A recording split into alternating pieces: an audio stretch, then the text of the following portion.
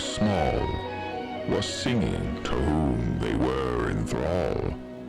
They couldn't forget Carcosa, the black stars in the sky, where twin suns linked in men's shadows as they pass on by. Their teeth did they gnash, their voices did they bellow, and their sanity melted away, all before the king in yellow.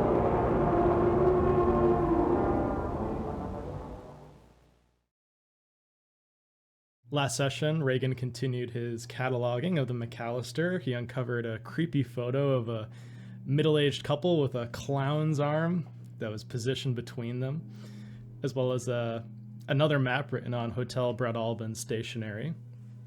Harold and his girlfriend witnessed an attempted stabbing while they were volunteering at a soup kitchen, and Harold saw red tissue paper instead of blood spilling out from the man's body.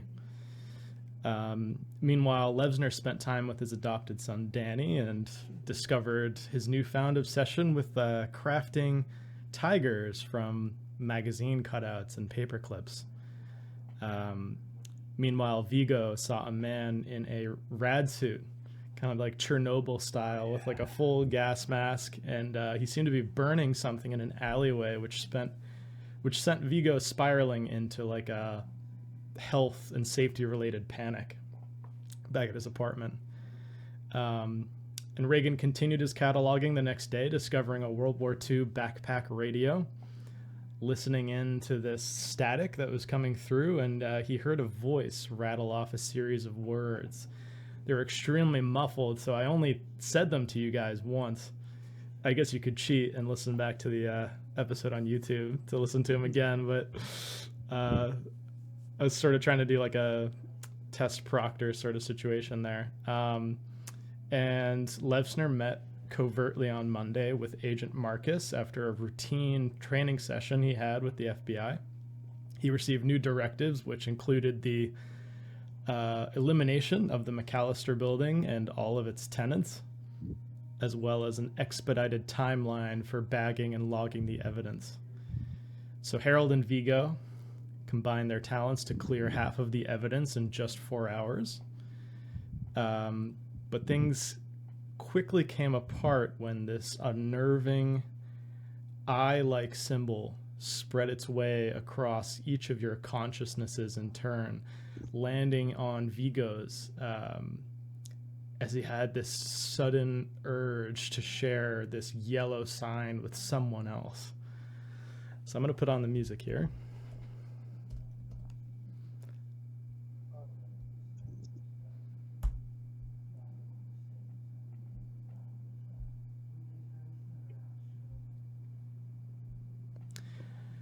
And it is now 6 p.m.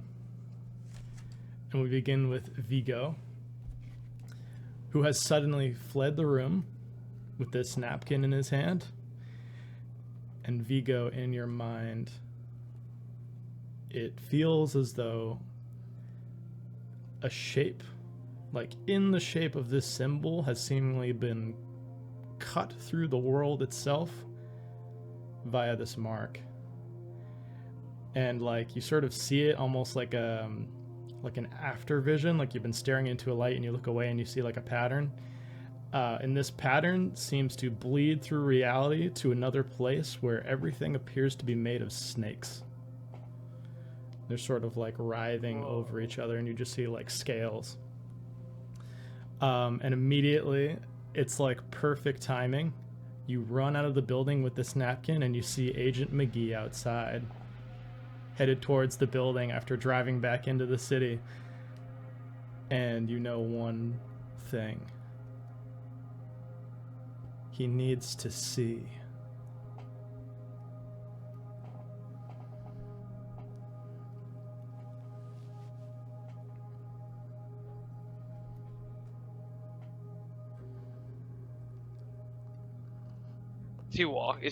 How's he's walking over? Yeah, you see him going out to like the trunk of his car, and you see him pull out like 2 massive duffel bags from the trunk.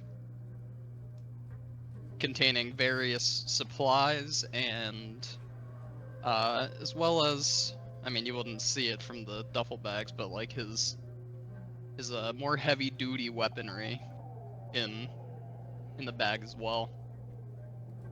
I think Vigo's just gonna like approach him from behind, not gonna even like greet him until he's like right behind him and be like, It's so creepy. I love it. McGee,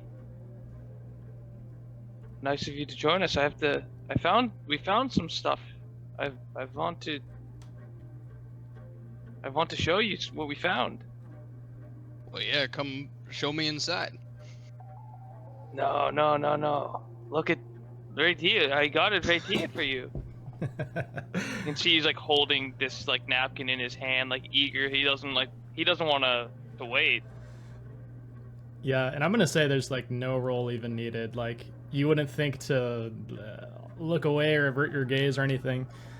I'll just have you give me a sanity check as you see the symbol bleed through. Oh yeah, baby.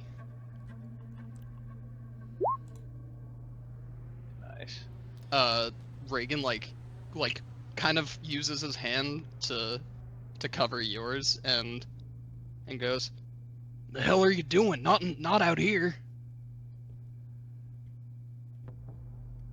What do you think though? In this moment, you look at it, and it just looks like someone scribbled on a napkin with pen. Like, in your mind, this is something completely not even related to the investigation. It's fucking chicken scratch, but you know we're supposed to be documenting that shit up there. This is it. I think we're onto something here. This is the breakthrough. This is big. Okay, man, whatever you believe.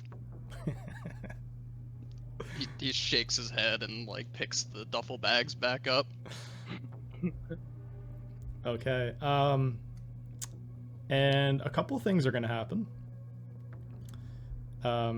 You feel extremely relieved to have shared it with someone. Like, you no longer feel like crazed, Vigo. Like, you feel a bit more at ease, but you definitely do feel like this is a major breakthrough, like exactly like you said.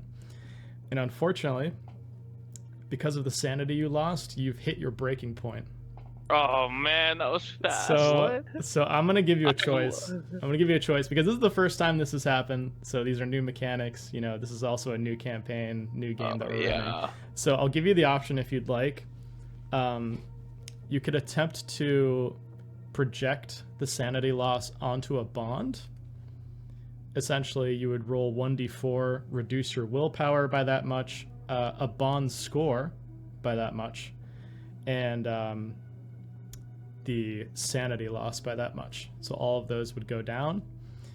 And really, you only need 1 point to avoid your breaking point because you hit it exactly with the reduction you took. So whatever I roll, I get back, and it's subtracted from my bond score? Yeah.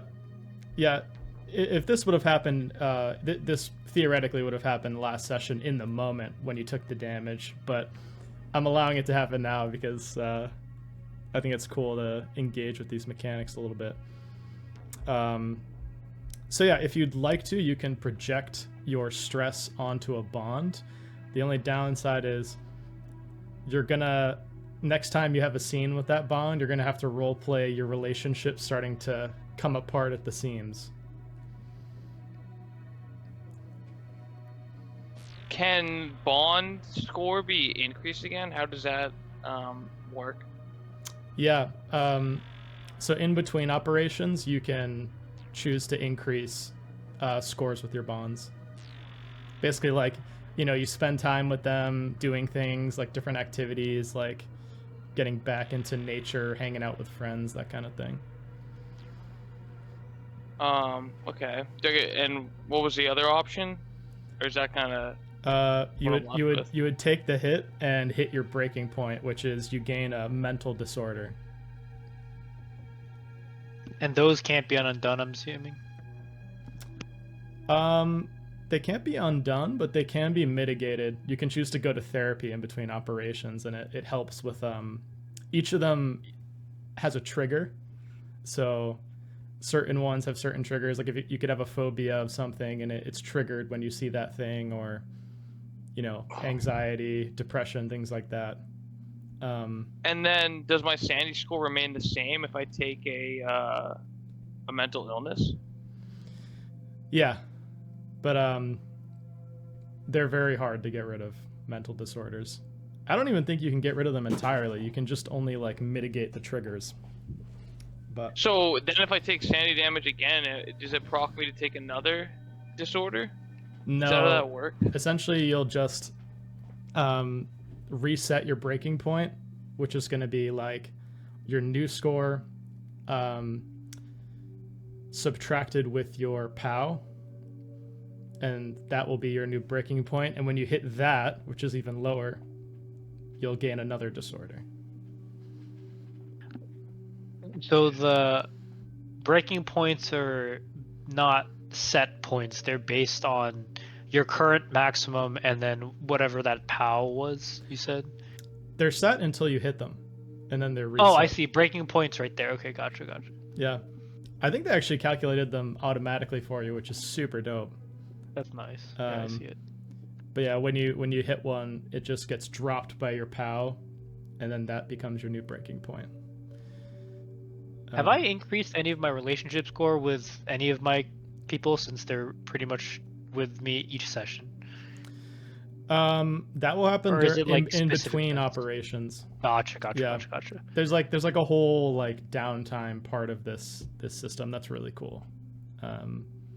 But it's interesting because if you drop a score for one of your bonds, like the next scene you with them is like you have an argument, or like they get mad at you for not seeing them or blowing off a date or some sort of commitment. And if your bond score hits 0, they are out of your life entirely. They're no longer, if they're a wife or a husband, they've divorced you. If they're a brother or a sister, they've completely cut you off. So that's another thing to worry about as well. Because these operations take a toll on your mental health as agents. All right. Well, I guess for now I'm gonna project it onto one of my bonds. Okay, which bond would you like to go with?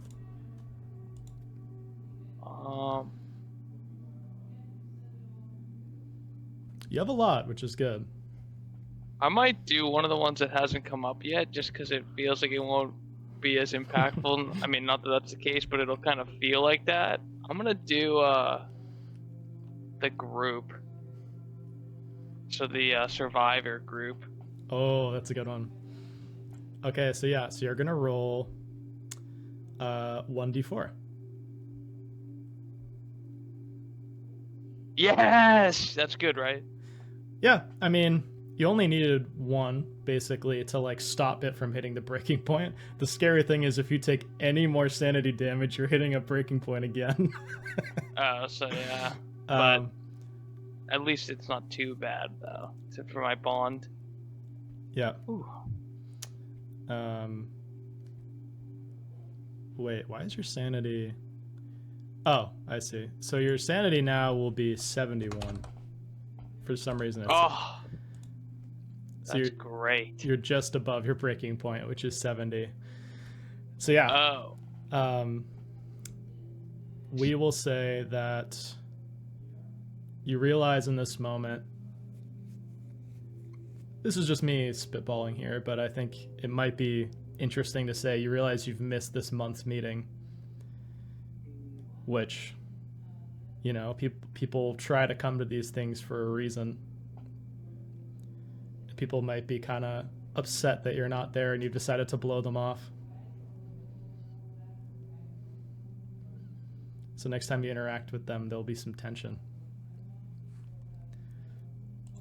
But that's great. So you've mitigated a lot of the negativity that would come from hitting your breaking point, but you definitely feel on edge. I'll say both of you head back inside to the McAllister building, and now all of the agents are inside Abigail's room. After I told Giordano to fuck off. Yeah, yeah, he has not returned.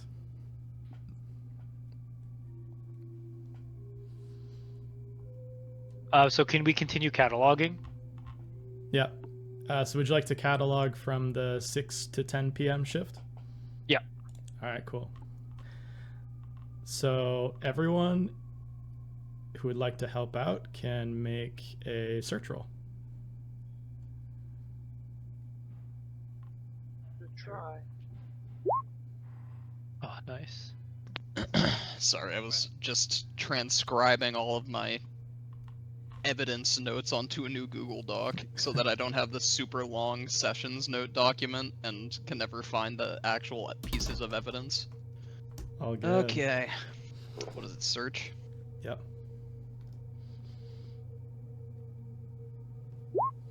Oh, baby. Okay, so let's see here.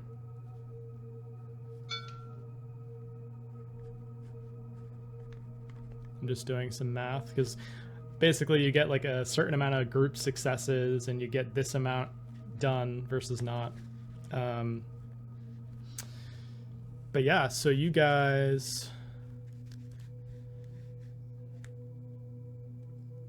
start chugging along more. Oh, let me give you I'll do Harold's roll as well. He'll add to this. Come on, baby. Oh. Okay. Yeah, so you are now about 2/3 done. You still have about a third to go, but you guys are trucking. Maybe you lost a bit of steam when Vigo had this sudden outburst and he left the room. Which seems very strange to those of you who are inside that saw him do this. But he comes back inside, and anyone that got a success, so Richard, you're going to find a secondary clue. You guys have got all the primary clues for this room, but there are a bunch of secondary clues you could get.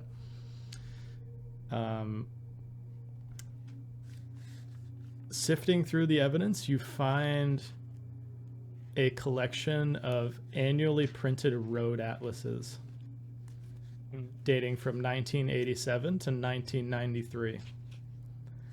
In all of them, the page that depicts Madison Square Park in New York City has the shape of a building drawn in Sharpie with the letter B written beside it in cursive. Can you repeat that? Here, I'll I can't type fast enough. yeah, no, you're good. I'll Control C, Control V this real quick. Nice.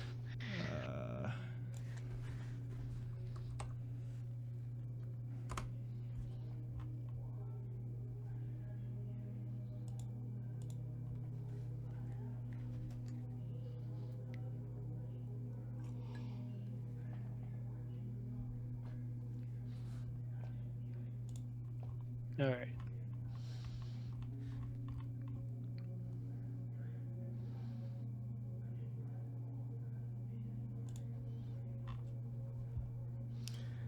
And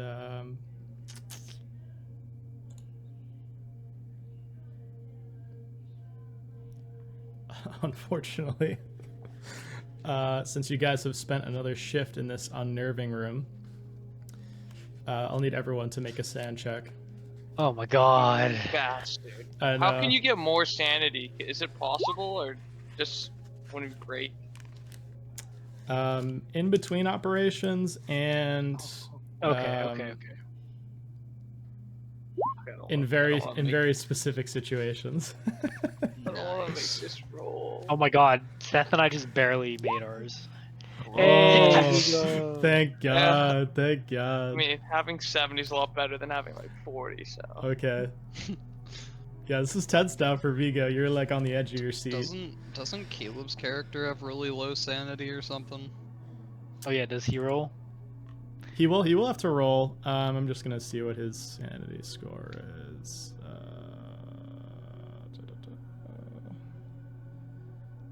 No, actually, his is like pretty normal. You guys all have high sand. Like most. Maybe I'm thinking of Call of Cthulhu. Yeah, probably. All right, so he'll need to get below 69. Nice. Nice. Critical. Critical. A critical! Okay. Does he gain sanity? Yeah, he Yeah, maxes he's out. immune to sanity checks now. So that's great. So all you guys feel is just you have this weird sense like you're being watched by someone. Like you're constantly turning around, like maybe you feel like an agent is standing behind you and you turn and no one is there.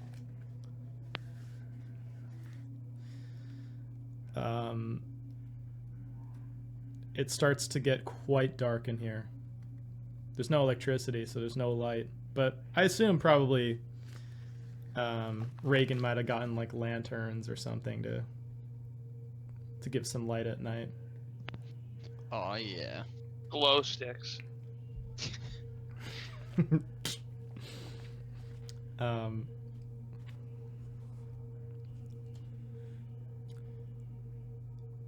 That's great. So yeah, you guys are 2/3 of the way done now. Would you like to keep going? Would you like to try to get some sleep and come back at it in the morning?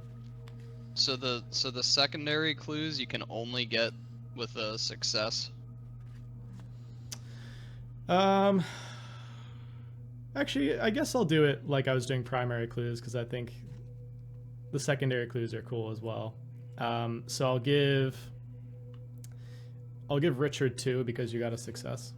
Mm-hmm. So the secondary clue you get, you find a comic strip that is put up against the wall with gum.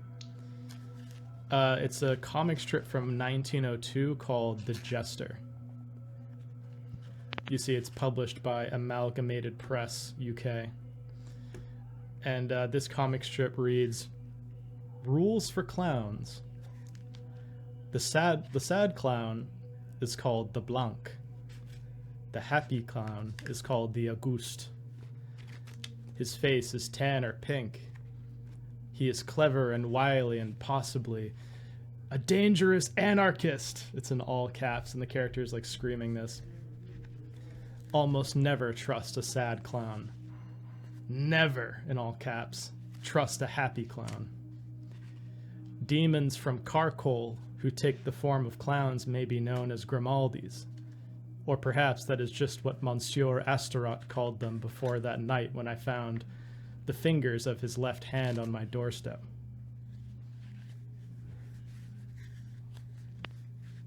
Yeah, you're gonna need to copy paste that one. Yeah, I'll copy this in. Holy shit, that's a Uh, pretty comic strip. It is. But that just brought Yeah. Madison Square Park. That's where we first. Was that where we first met up? I'm gonna call over No, that was, McGee. yeah. Be like, hey McGee, I know you said something about a clown earlier, right? Does this look familiar by chance? This is like a weird comic strip about clowns, and wanted to go off a hunch. And so, does the Jester remind McGee of the clowns he saw following us? Mm-hmm. Was it a happy clown? Does he know if it was a happy clown, or like was it a smiling clown or a frowning clown? It looked to be a very happy clown. It was like smiling. Fuck. Oh boy. Okay, that was Happy Clown. Dangerous anarchist. Almost never trust a sad clown. Never trust a happy clown. I'm gonna add Reagan. You find in the mess that is this apartment a faded Tarocco card from an old Italian tarot deck, and Vinny's interest is piqued. And you see this card is labeled La Torre, the tower.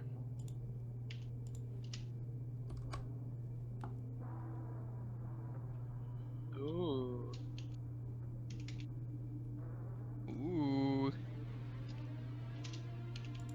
Jojo. Jaja. So What wild. was the tower? Was the tower just the bug? I don't remember actually. I don't remember what that stand was. Strength was obviously the best. Oh yeah. Oh yeah. The tower was the bug at the beginning on the airplane. That's funny. Oh.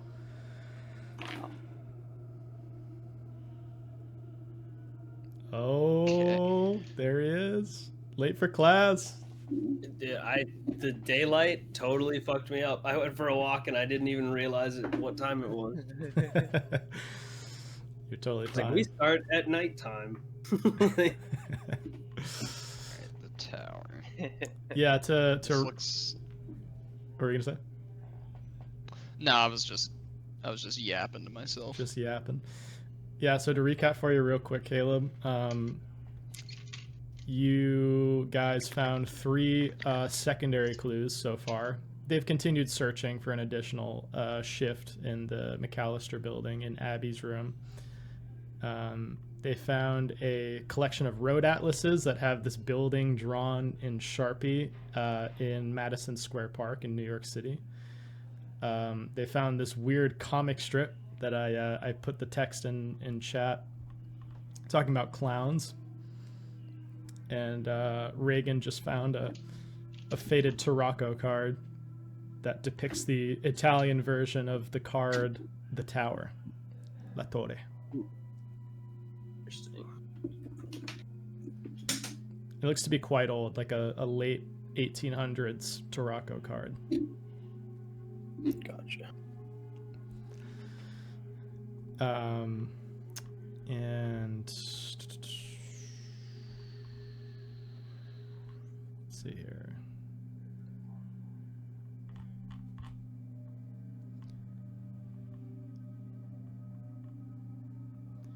All right, so I gave 2 for Levsner. I gave 1 for Reagan, and then Vigo, you still have to get one, right? A clue. Yes. Okay. You find a cream-colored business card for Robert R. Robert. Bibliopola. That bastard. It means nothing to you, but once Richard starts to log it, you immediately recognize what it is. What's the card look like? Does it have an address on it? No, but it has the word Bibliopola on it, like that's like a title of some kind. This is how it's spelled.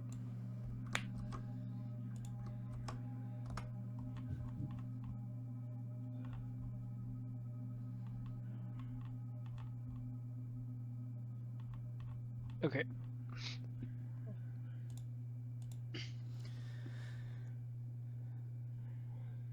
So we're still only 3/4 of the way through, and we have to decide if we're gonna keep going tonight or not. Yep. Yeah, basically, if we want to risk going crazy in this place any longer. What day is today? Because we have to finish it by Wednesday, right? It is Monday night at 10 p.m. And we have to finish it by Wednesday, if I crank, remember though. correctly. We But got I a think lot Wednesday done, and though. end of day, right? Yeah. Yeah, so we can probably go home for the night. Yeah, and then, maybe we can just get like a hotel nearby or something. Actually, that's smart. Yeah, let's go saunter off to like the bar and go find a hotel. Perfect. No brothels. I saw Vinny like smirk, and I was wondering if that's what he was thinking. No, I was gonna ask you what everyone's drink of choice is. Yeah, okay. That's a funny callback. All right, guys. I think we can call it for the night. We've gotten through pretty much all of this, so we can call it quits. Make sure we don't go crazy in this place, and relax and finish the rest up tomorrow.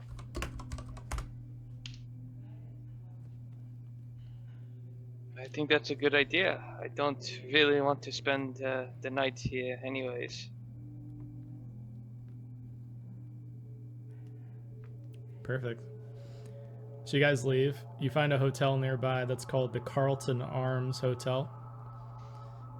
It's one of the cheaper ones in this time period for Kips Bay. But it's weird. It has like a very bohemian, art-focused lodging with a lot of like murals inside. Different local artists seem to have contributed to this place. But all of you guys settle in. Do you want to get separate rooms? Do you want to double up?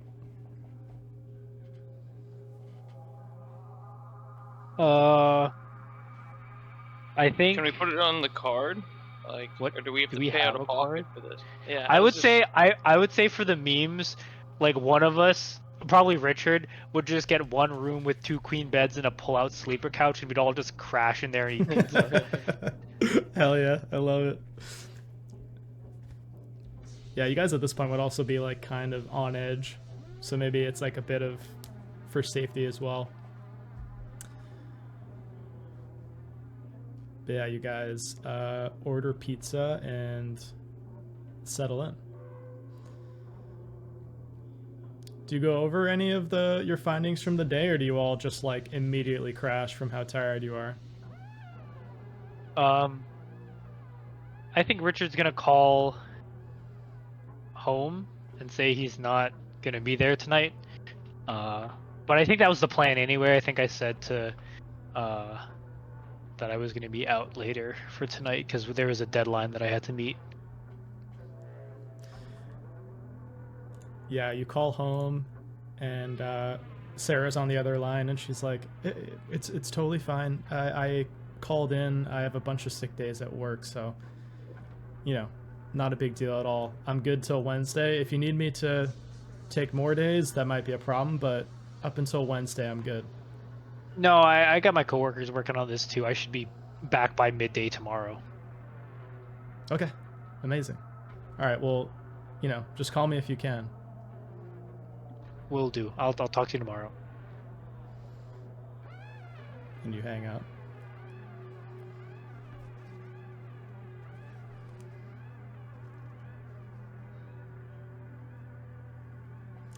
Would anyone else like to do anything? Am I there? Yeah. Yeah. Okay. I would also probably just shoot off a quick text to What's a text? Oh shit! Yeah, I guess that's Page. You get the page. I'll page her. Yeah, you could page her, or you could just find a payphone. Call her. No, we're paging. I don't want to talk. I just want to get the message across that I'm not coming home. The message, not tonight. Yeah, just that's all it says. It's like work late, not tonight. That's it.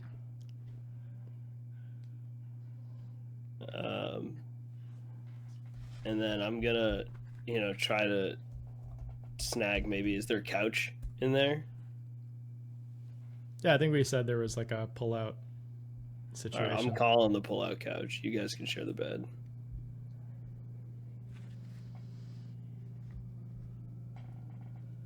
Okay, there's like a loud creaking sound as you open it up. Like, it's not the most expensive hotel in the world. It's kind of like middle to lower range. It does have a nice nice view of the Flatiron building, though, which is a couple blocks away. Nice.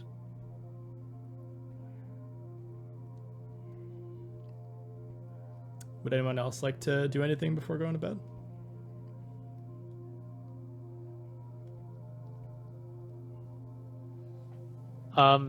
Levster's gonna peer out the window to see if there's any weird humans or otherwise sort of watching us.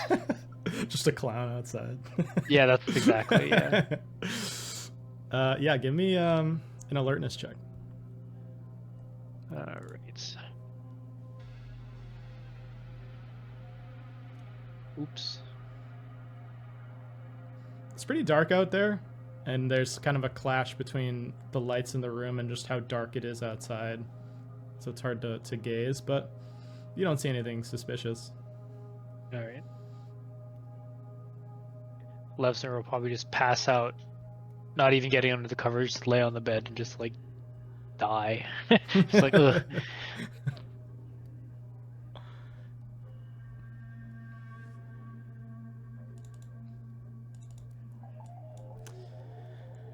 I think Vigo will just like spend some time like flipping through like the TV, just seeing if there's any happenings, making sure there's still no news reports of like outbreaks of anything.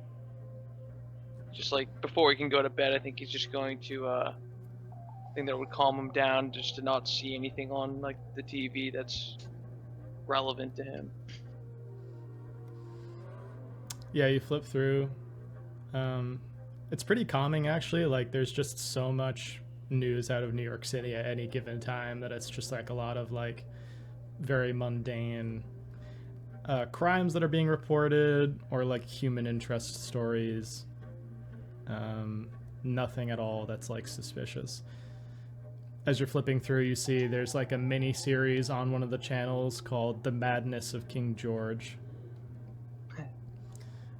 And seems like this hotel has a lot of channels. They have like HBO, a couple of the premium subscriptions.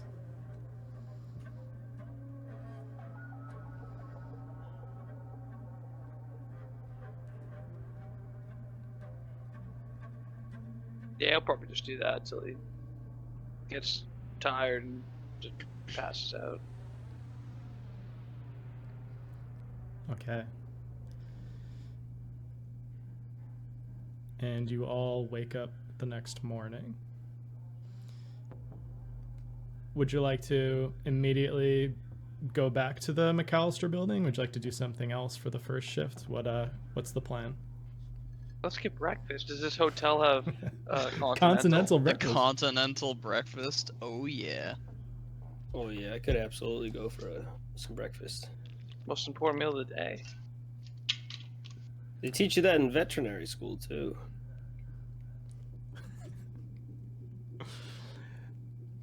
You guys get in the elevator, go down. There's like a basic like continental breakfast spread. There's only like a handful of people in this large room at one time that they have all the food in. And you guys settle down at a table.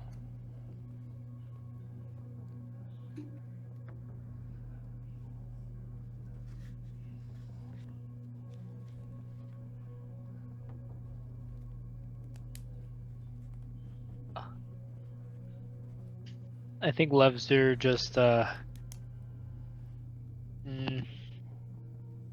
Is there a payphone at this hotel? Yeah. I'm gonna call Jack before he gets into work, and I'm gonna tell him to look up that word that I found on Robert's business card.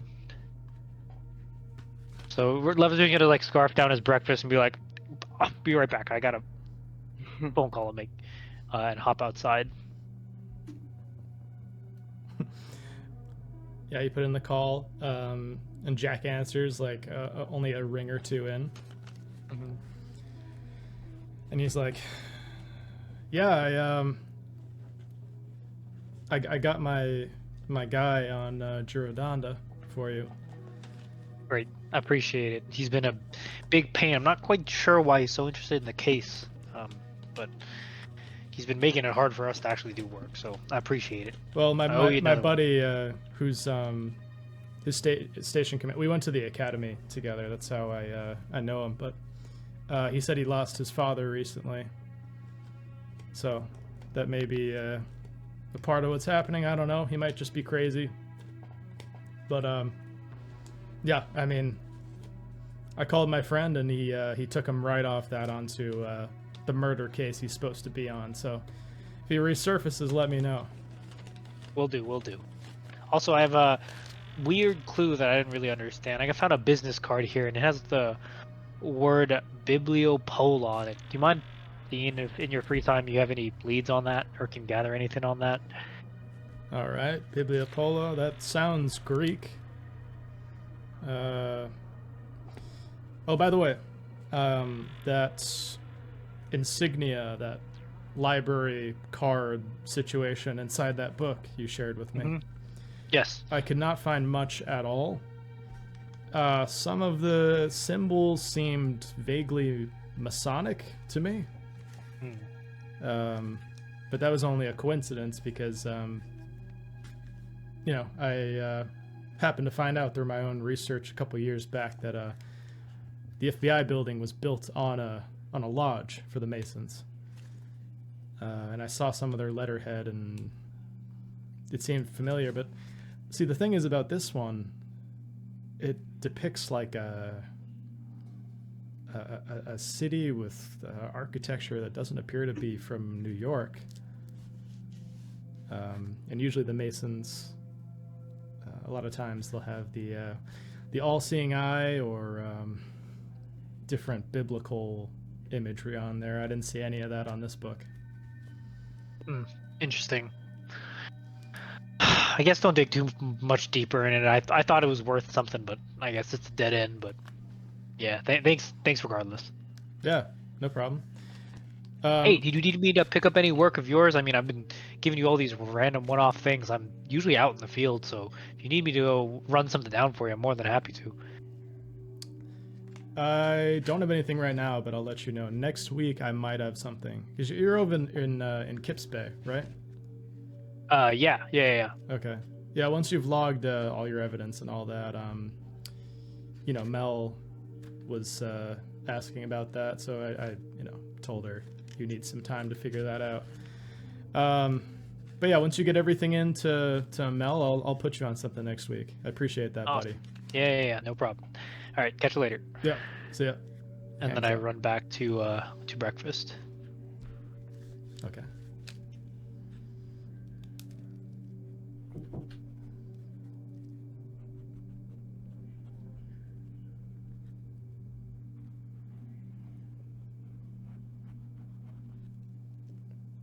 All right, you guys done? We got some more work to do. And Richard's sort of yawning and rubbing his head and sort of just as he's walking by the buffet, picks up another piece of bacon from the tray. I can see it in my mind. Yeah, I know.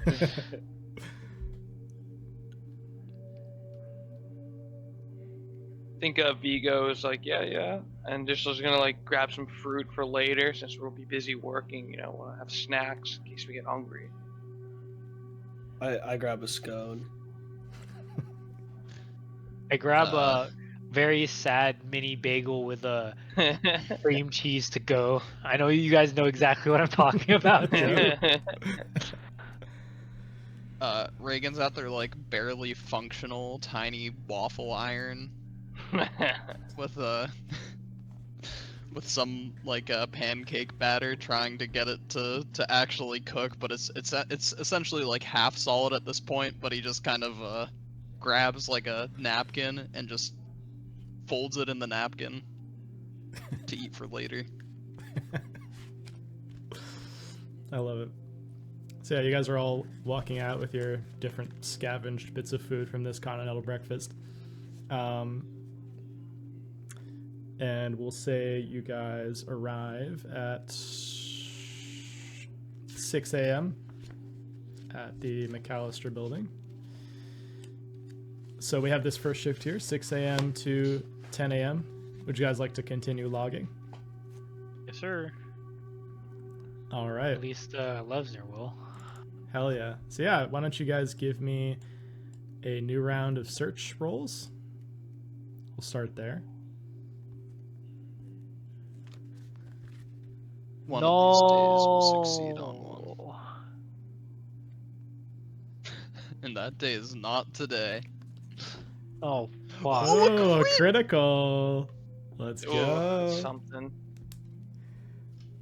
Saving us. Had to make up for being late. Hell yeah. Okay. So you guys are getting much closer to the end now. You probably only have one more shift left before it's finished, which is great. You guys are making excellent timing. So I will do Richard first.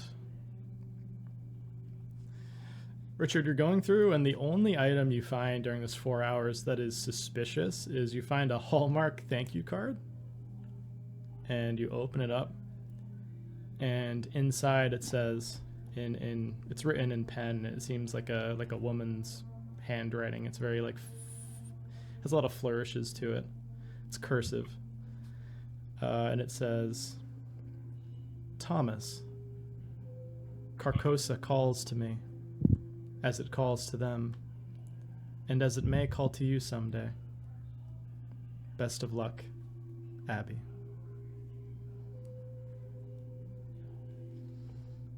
Thank you.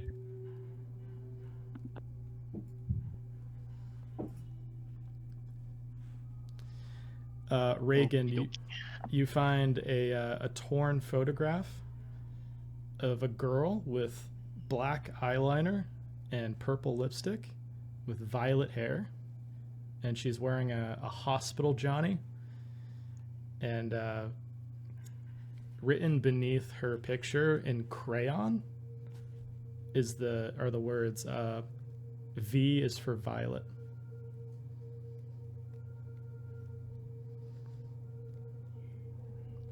And because you have such high alertness, you see her left eye appears to be slightly bruised, and there's what looks like a mark of some kind beneath the left lid.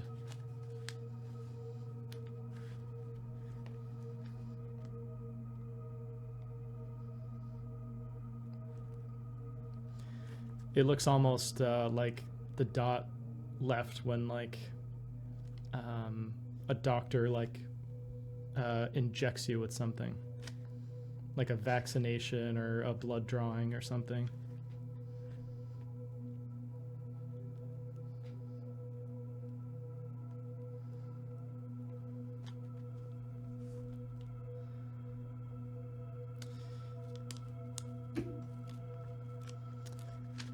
Vigo, you find a page that seems to be cut out of some novel. It's like a passage, and you have no idea what book or when, but you guess from the paper stock it might be early 1900s.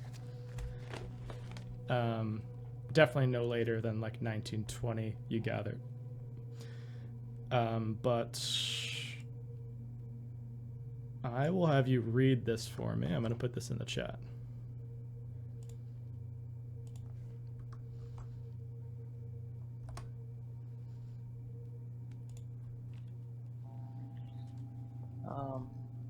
When Bickett was sketching and painting, he was working up his inspiration.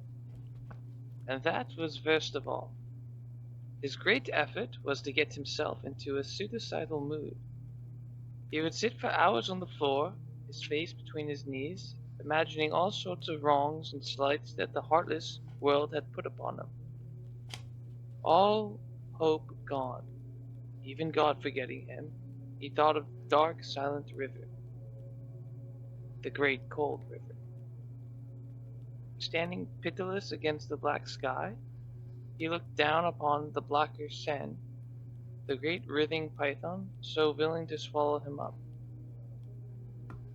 He stole along the banks of the river, studied the silent mysteries and tragedies of it, and the lights that gave shape to its terrors. In the end, I grew afraid of him.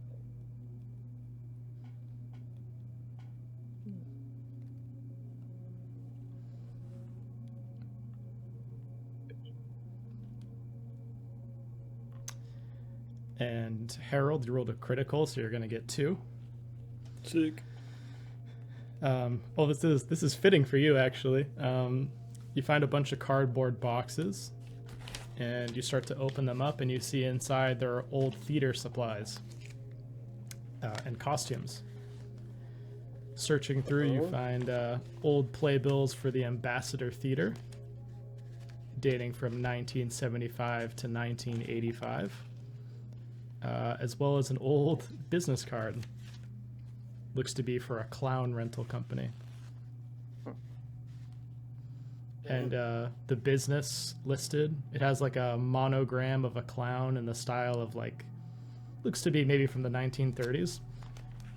The clown rental company is called R. Jones and Company.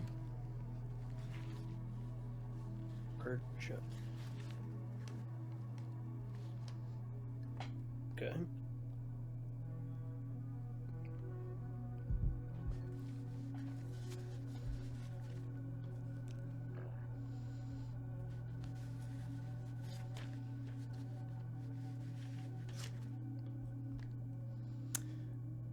The second thing you find, and you're going to get this with the critical, you find behind these boxes, there's a wooden box that is epoxied to part of the wall, and it's rather large. It's probably like maybe 1.5 to 2 feet by 2 feet. And you just sort of crack the lid open. The box itself looks like it was maybe from like the 50s or 60s. And inside you find a silver robe made of plastic. And you remove that. You see a logo on the side of the box now that you've pulled it from the wall, and it says De Craig Corps Limited, Kemper and Whitehorse Street, Chicago, Illinois.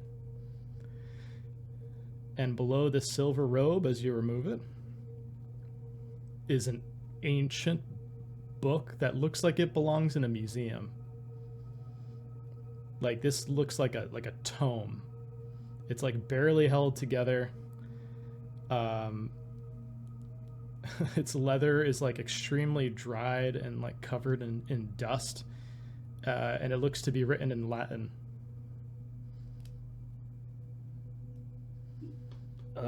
Well, as I find that and notice that it looks like it's written in Latin, I don't believe I personally speak Latin.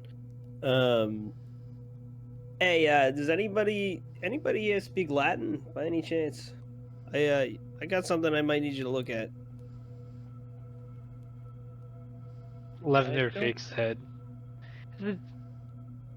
Who speaks Latin anymore? Why are we learning that? Language. I don't think anyone speaks it anymore. Oh, you're that guy, aren't you? Actually. The title of this book looks to be Hygromantea. Well, we might need a specialist to come take a look at this, because maybe a historian. I don't know. This book is older than all of us.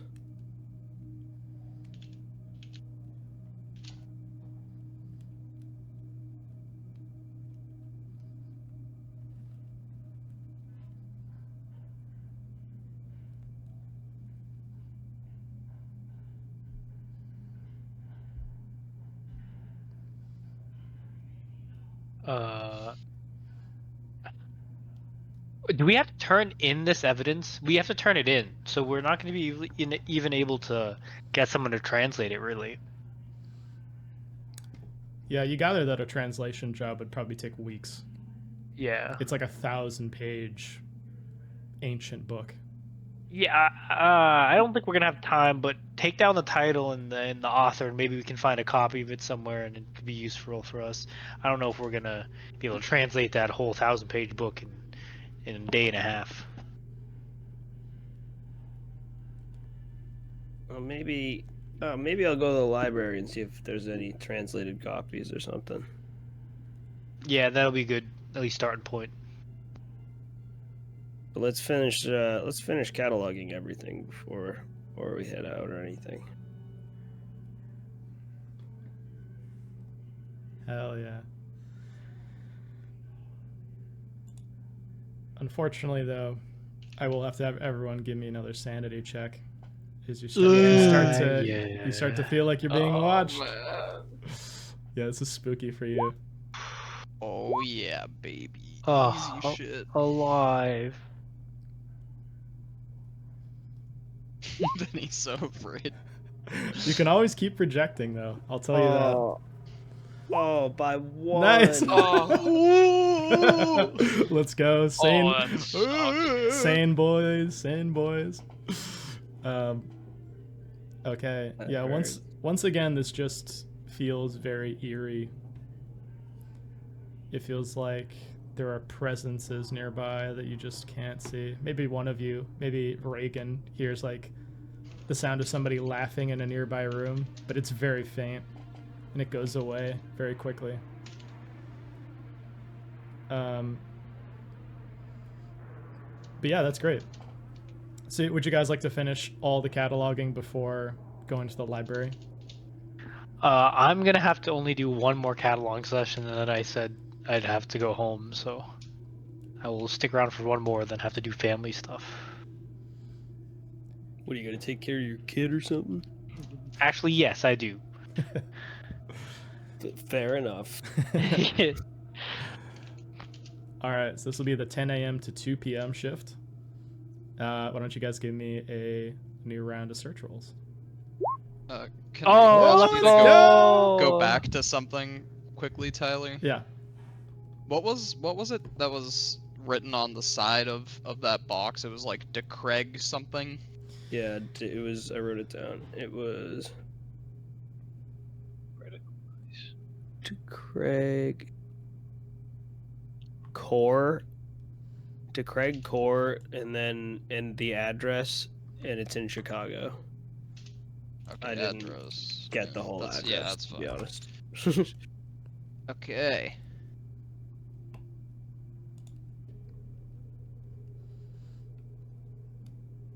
Awesome. So yeah, you guys can give me a new round of search. Oh yeah. Nice. Okay. Search. Or not. Wah, wah.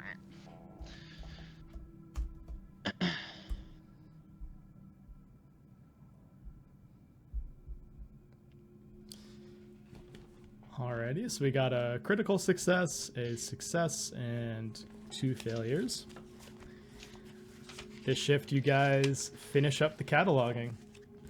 You catalog every single item in this room, and they're all in boxes now.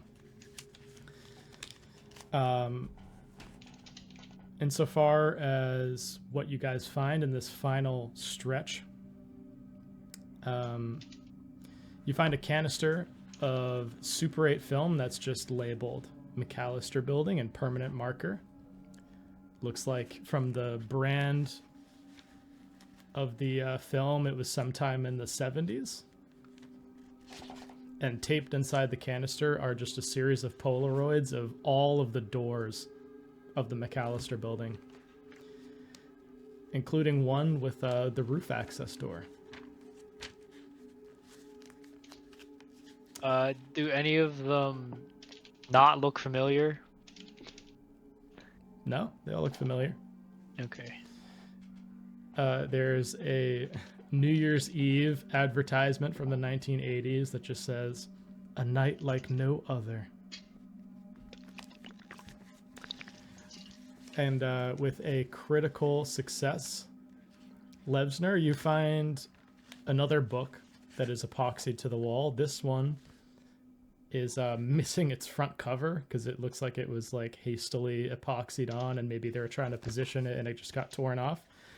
But the first page has the title. It's called "On Reconstructing Extinct Languages" by Dr. Ein by Dr. Ein K. Nige.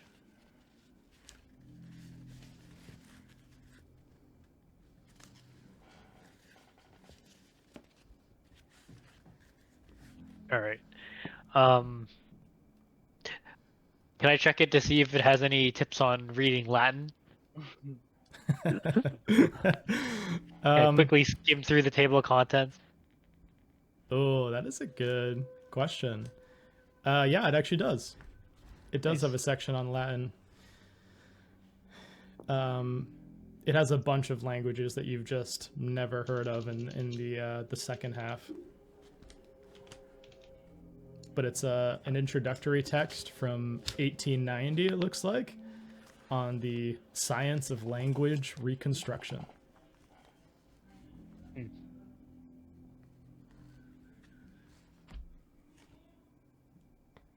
I'll toss it over to Caleb's character. I forgot what your M code name was.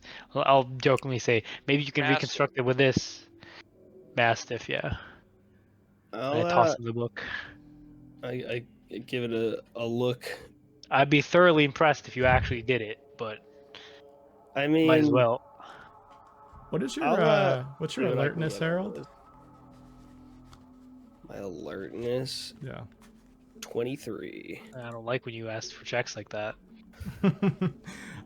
What's your alertness, Levsner? Alertness. 51. Okay, that's enough. You notice there's one section of the book that takes half the page count. Like What? It What goes the hell? it goes down, and then it's like pages 100 to 300 are just one extinct language. Oh. I flip to that then. It's a section on a language called Tartessian. It was a pre-Roman Hispanic language that seemingly went extinct around like the 2nd or 3rd century AD. Or sorry, Does it match BC. any of the weird like other artifacts that we've collected? Like the notes that are on the napkin or shoot, didn't we find another book a while ago?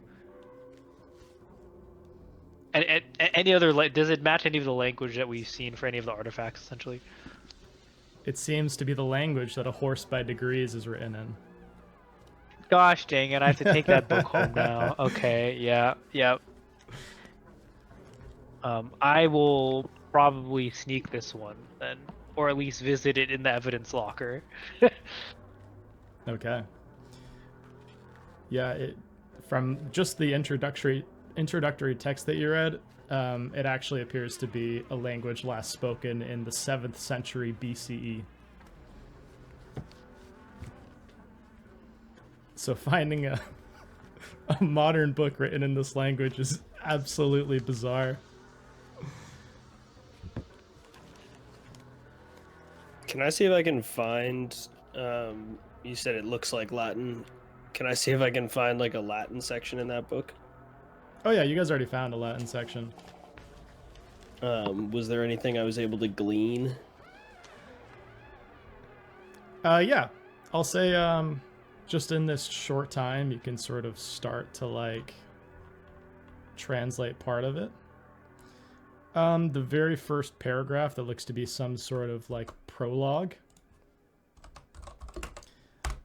reads,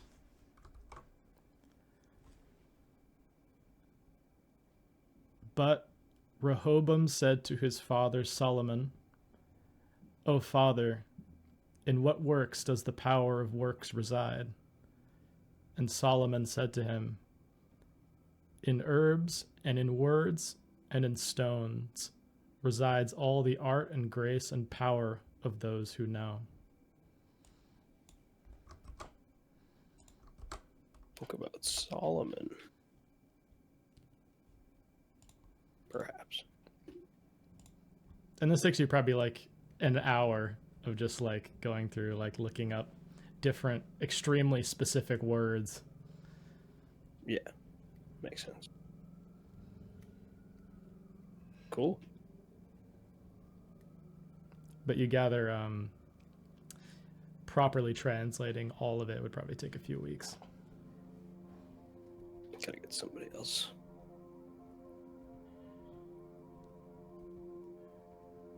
Well, if we're done cataloging, what time is it? It is now 2 p.m. You guys will probably Yeah, have Rich- to spend a shift just like transporting all these boxes over to the rental unit that Marcus gave you. I'm going to dip with the translation book and say I have to go take care of Danny now. But I will be back for I will be back in order to return the book before Marcus has to actually take over the unit and catalog everything himself.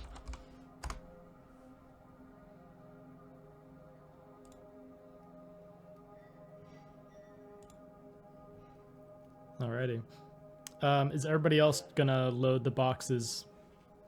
I guess actually, how are you guys gonna get all these boxes over? Are you gonna try to like make multiple trips with Reagan's car? Are you gonna try to like rent a truck or something? Rent the U-Haul. Yeah. Honestly, renting a truck's probably the best. Yeah. Yeah, you'll probably end up making 2 trips with a U-Haul if there's like that much stuff. Like a full-sized U-Haul, you'll need to make 2 trips. Woo. Because she just packed a ton of shit in here. Like the walls weren't even visible when you walked in, and now it looks like, you know, doesn't look clean, but it looks like much better than it was before.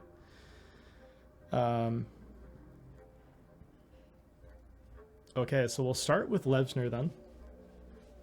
You're gonna head directly home, or you're gonna head to the field office first? I have no way to contact Marcus. Can I page Marcus or no? Yeah, you could. I'm gonna say cataloging done. Filling unit. Need overtime. And then head home.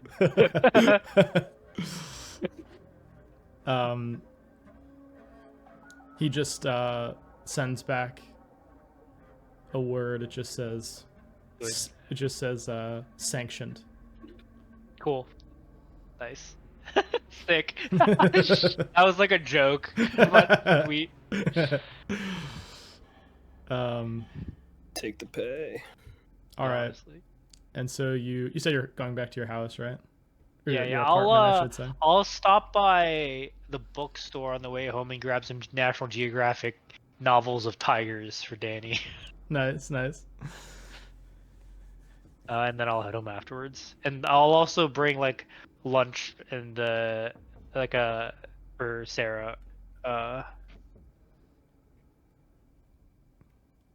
Okay, yeah, you arrive. So we can just eat as a trio.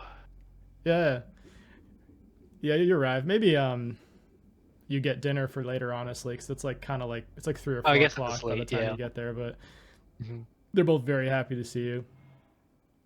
Sarah's like, "Oh, you came back early." Yeah, I was able to finish up my work early, and I thought I'd bring some gifts for everyone. And so I bring out. I'm assuming we're gonna go with the trope, and I'll bring home like take home Chinese from a good Chinese American place, and then a stack of National Geographic magazines and books for Danny. Hell yeah. Yeah. And I got overtime, so I'll be off for the next couple days, so we can all finally relax for a bit. Yeah, you all just like settle in. Huzzah! You're eating. It's great. There's like, very like wholesome shots of you guys digging into food. I swear The to God, if TV's you on in zoom the out to a background. clown, I'm gonna flip out. Clowns waiting in the Yeah, some background. fucked up shit's gonna happen. And you see Danny is like, once you guys are all done and like settled and watching TV, he has a pair of safety scissors, and he's cutting a Good part call of on the the safety scissors. yeah, he's cutting out a part of the takeout box, and he's making a new tiger with it.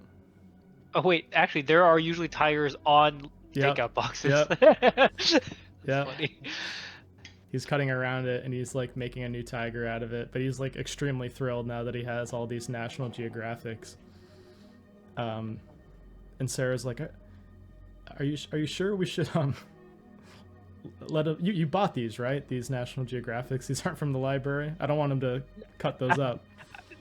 I flipped through the pages. No library cards in sight. Okay, good. All right, I'm glad. Listen, I think I'm gonna take the shift tonight. If you're back, I don't want to. I'll be back for the next probably couple days. So do whatever you need to. Like, I really appreciate you taking care of Danny. Yeah, no problem at all. I get it, And there's like a moment where she's like about to say something, but she doesn't.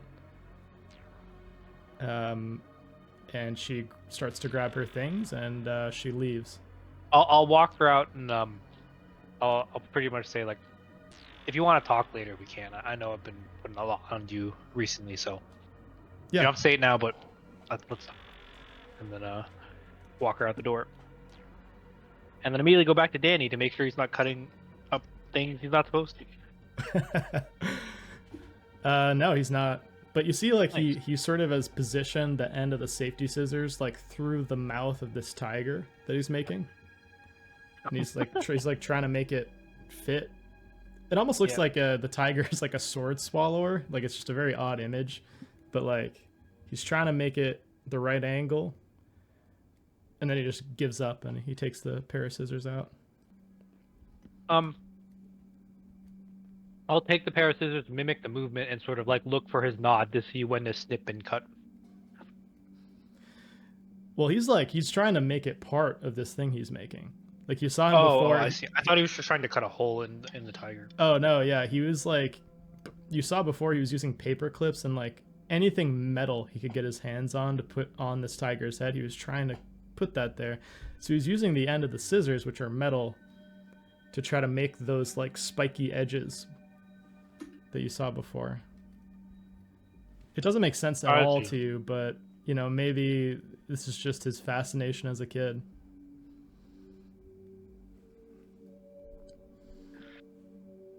Hey Danny, can you why you making these spikes on the tiger again? I know I asked you this yesterday, but if you want, we can go out and grab some like pipe cleaners or something so you can make some spikes. Yeah, he just nods at that. His eyes are wide. Like anything to indulge this, like he's happy with. Let's take a quick trip to the art and craft store. What do you say? And I sort of like start getting his jacket and his boots and everything. Hell yeah, very wholesome. You guys both head out to the arts and crafts store. I am still packing heat though. I have my gun. Motherfucker strapped. And we'll cut to the other three agents. You guys are all loading in these boxes. And we'll just assume that Lebsner gave you guys the address of the storage unit that Marcus initially told you guys about. It is located in a fenced site in Jamaica, Queens, and you see a sign that says, "We store you." You guys pull up. We'll say in like a Ryder rental van,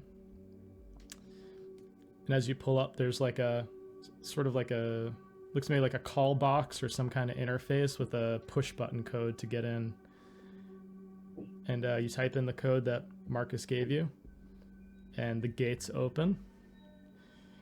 You see there's a minimum wage grunt that's sort of behind the window as you guys enter.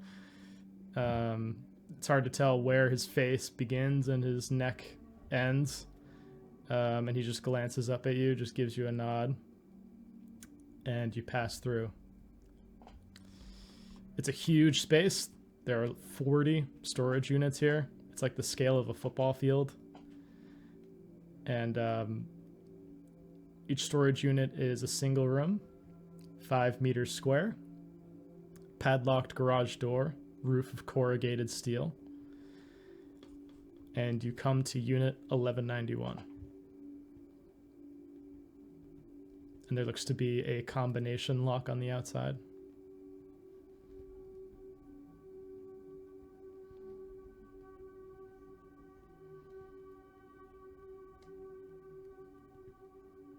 You guys have a key for this?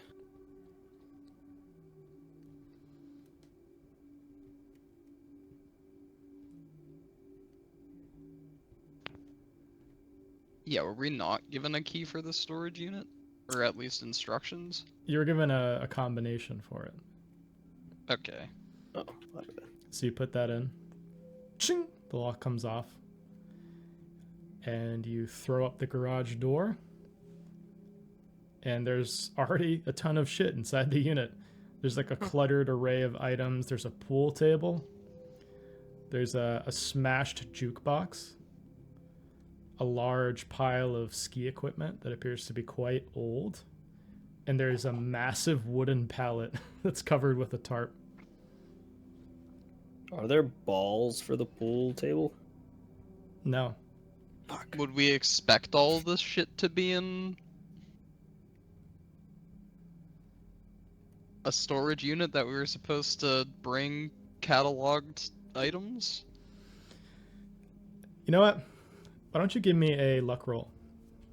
On a success, you'll know the operation security side of this. OPSEC. Okay. That's a success. Yeah, so you know the OPSEC checks out. These units are called green boxes. A lot of times, like in different cities, they'll have storage units set up, and like any occult or unnatural items, they'll throw them in here and just close it shut. It looks like maybe this one was just out of use for a while, and whatever agent was using this, maybe Marcus was just throwing his shit in here. But the massive wooden pallet covered in a tarp definitely seems like it might be the dangerous things in this unit. I'll go take a peek. I'm kind of curious what's under the tarp. I'm gonna Alright. not be near that. Okay. I like how McGee knows Bye-bye. this. Yeah, McGee knows this, and as soon as you guys start poking around, McGee's like, "Oh no." Yeah, you sort of lift up the edge What do of we have the here? the tarp. You find there are four, $5 there million. are you're not far off. You open up the tarp and lift it up, and you see there are 14 Chinese-made AK-47s packed in crates. They're stamped with Chinese characters. There are 4 cases of Soviet ammunition. And there is a shrink-wrapped bag of $125,000 in American money with a stamp on it that says property of the United States Department of State. Haunted guns!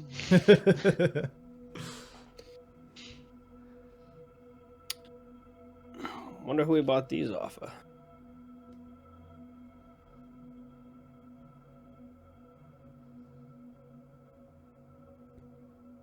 Let's just put that back where it was as Reagan like pulls the tarp back over it. Well, it's stay. We know where it is if we end up needing the weaponry.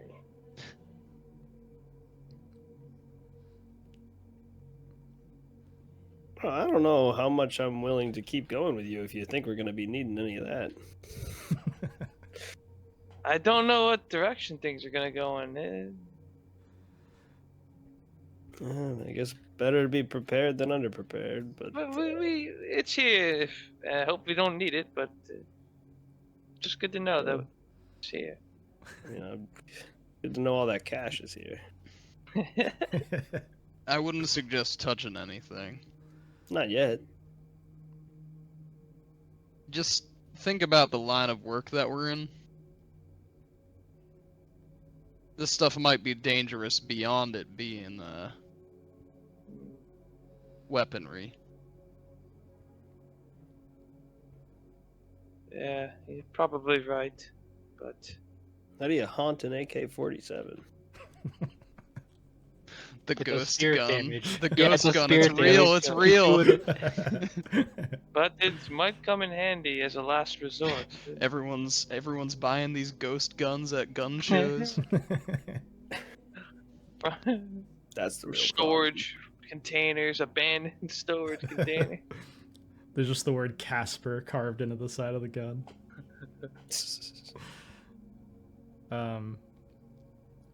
Yeah, so this is considered the handoff phase of the operation, when you guys hand over any unnatural artifacts you may have uncovered, anything even remotely unnatural, usually.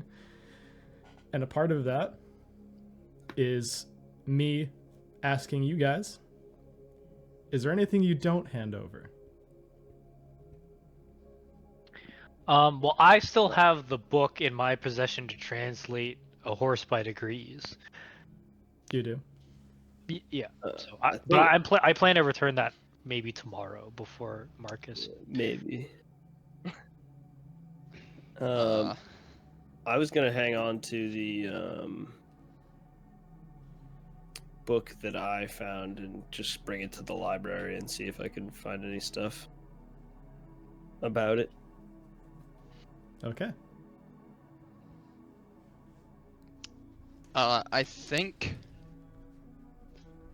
Reagan is going to.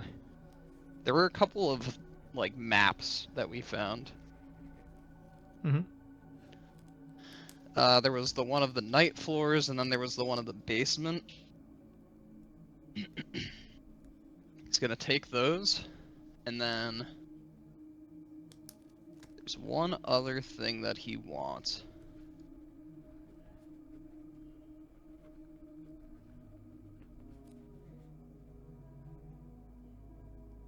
He wants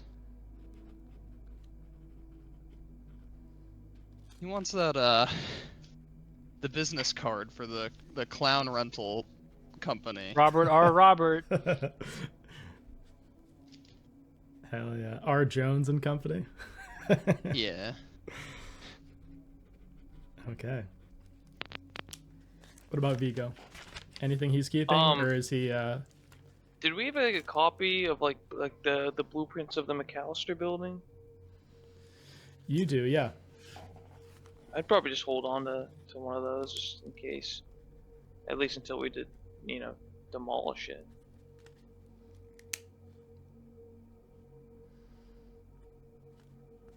Alrighty. Whoever has the invitation that we got in one of the early sessions when we were actually in the hotel. I don't know who's holding it. The invitation addressed to Ian Frederick de Craig. Yep. Yeah, it's right here. Let me move this. Oh.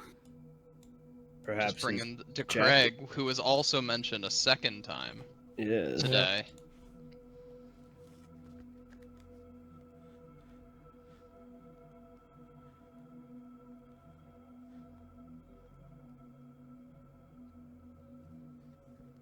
I love that this evidence for it is basically becoming like her apartment.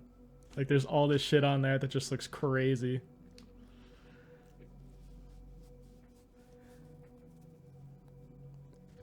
Looking crazy and being crazy.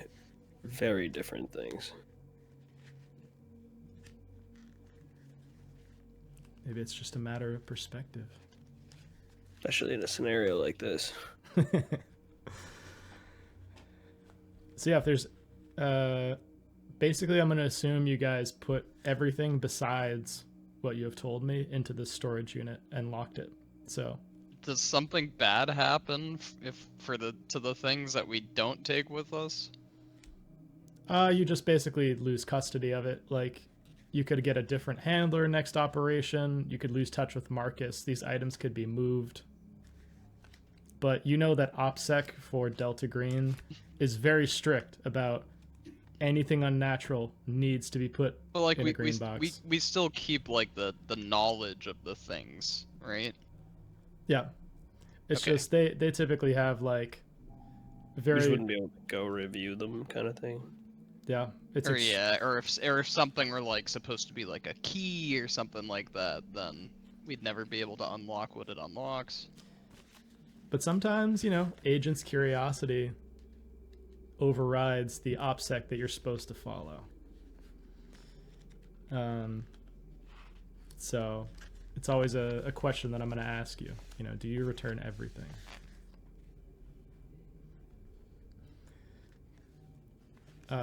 So would Vigo like to keep anything, or is he just going to get all these boxes in? I think he would keep the napkin because it doesn't really seem like it's that. It's just like the symbol of the. Oh, I love it.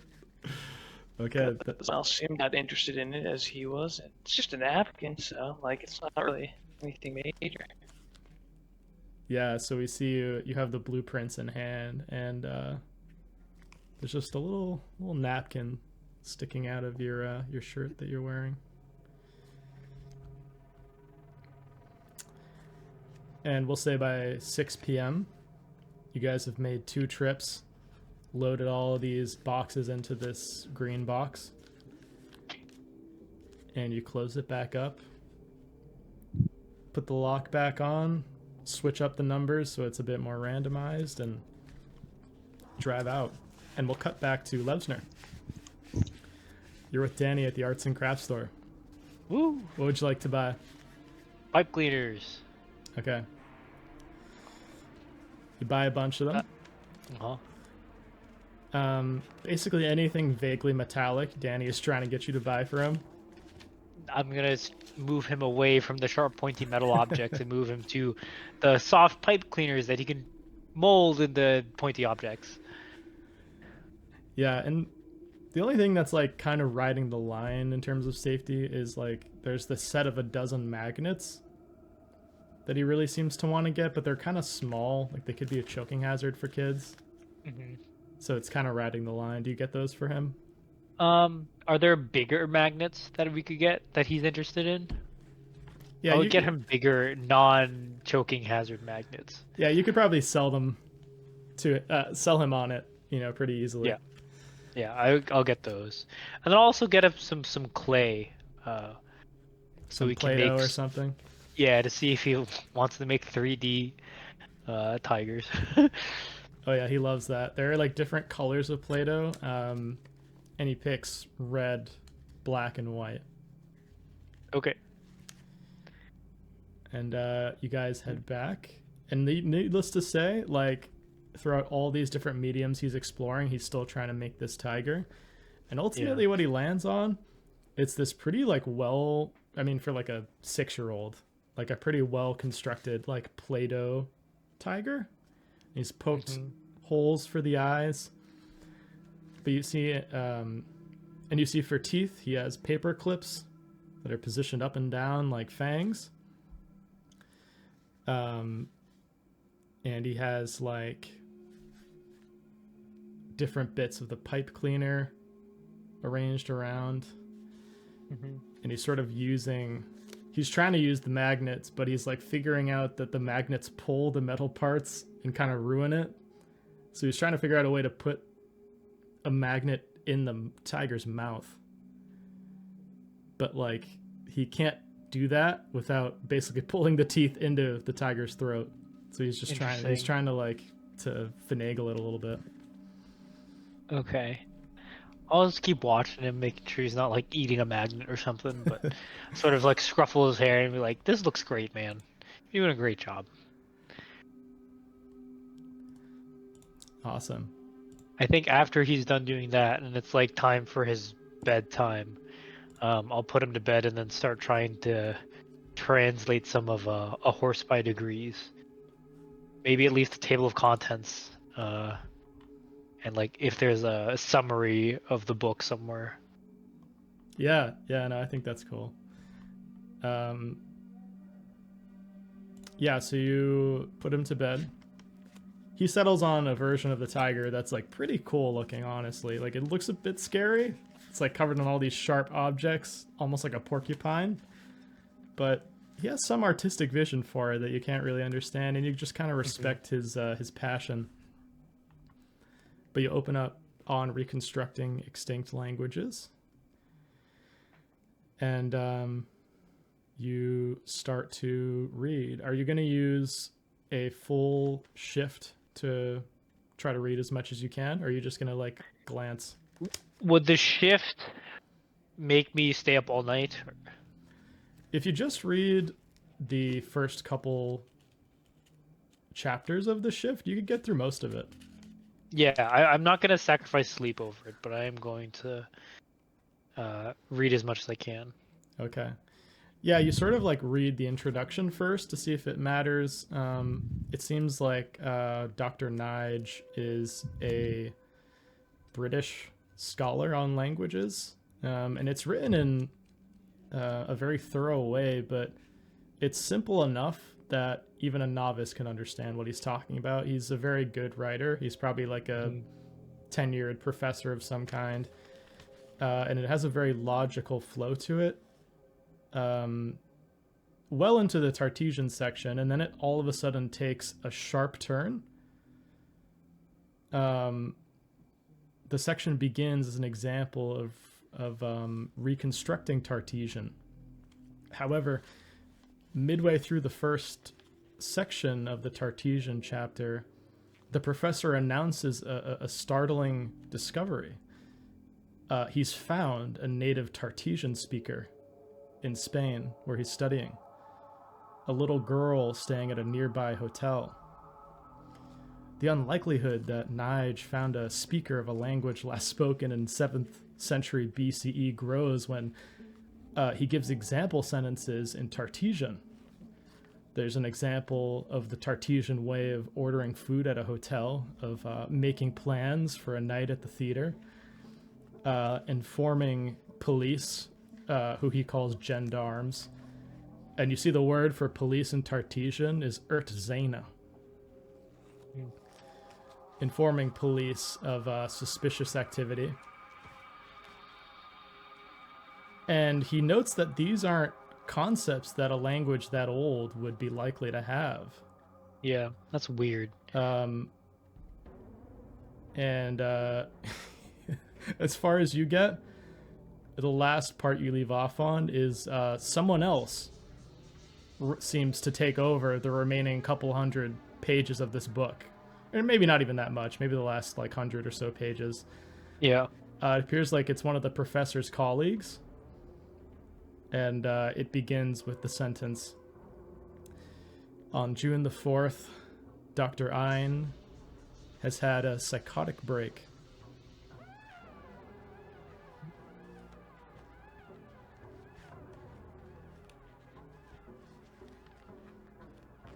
Okay. And you probably got like 100 or so pages left. Okay. I'm going to go to bed, but I'll wake up as early as I can and finish reading the book and get it over the storage unit, essentially, by like early mid-morning. Okay. Yeah, we'll fast forward a little bit. You wake up in the morning and you finish these last 100 pages. And it takes a full shift, so you know it's about 10 a.m. when you finish the book. This professor's colleague, who's finished the book for him, describes his psychotic break, and it has a lot of notes that this person took. It seems to be like written, perhaps testimony that Dr. Nige gave in a mental institution, in which he claims... What mental institution? It gives it gives the name of it seems like one in Spain. Oh, okay. It's like a long Spanish name that you don't really know what it means. Your character, not you, Ryan. And long story short, he claims the young girl on which he has based his Tartesian research comes out of a lake and returns to the lake after their interviews. And this description matches exactly that of Maud from Maud Goes to the Masked Ball. Give me a sanity check. Ah. Okay. Oh, where is my character sheet? I gotta see what I roll. Sanity. Let's go. He's still alive. Nice. So even on a success, you're gonna take 1 point of sanity damage. Okie dokie. As all of a That's sudden, crazy. like it starts to flood your mind that like this can't be possible. This can't be Maud. And then later you flip a couple pages later. Maud, the girl, she spoke to me from the lake, from the palace, deeper and deeper into Hali. Then you flip, and that's the end of the book. Oh, You fuck that. you can increase your anthropology score by 5%, Nice. and you can add a language This will be under foreign language.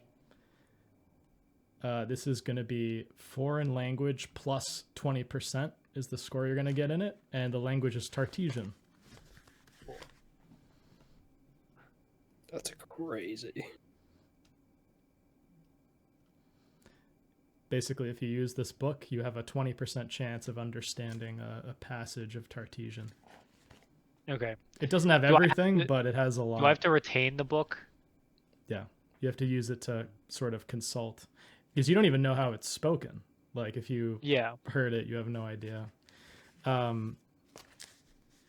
Something you do notice that sticks out, the word Ertzana was used by the night manager in one of the handouts I gave you guys. It did sound familiar. I just didn't know from what. Yeah. That was the word that you, Seth, were like, I don't know how to pronounce this, but I'm going to try my best. Oh. Ertzana. Ertzana.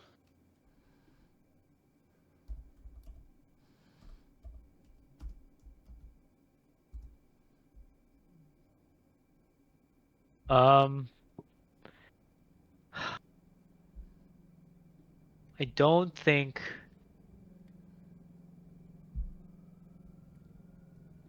You said by end of day, right? So I think after reading all of the book, he will keep it longer and start using it to translate a horse by degrees. Or at least, again, the table contents, a summary, just to get a feel for what the book is about, or like why it was written. But then he'll return the book to the storage unit. Okay. Yeah, so you use this next shift to attempt to translate the table of contents, which there is one, because you translate table of contents. It says, the examination of a sick horse, page 7. Fundamental principles of disease, page 27. Methods of administering medicines, page 44. Diseases of the digestive organs, page 49. Diseases of the respiratory organs, page 95. Diseases of the urinary organs, and it just keeps going down. It appears to be a medical text. Okay. I think Richard is pretty confident that just by translating the table contents, nothing too weird is going to pop out of him, so he's going to start packing up the book, and I think he'll ask Danny if he wants to go on a road trip. And against better judgment, he's probably going to take him to the storage unit and tell him to wait in the car while he Shit. goes puts the book away. That's so messy. I love it. Yeah.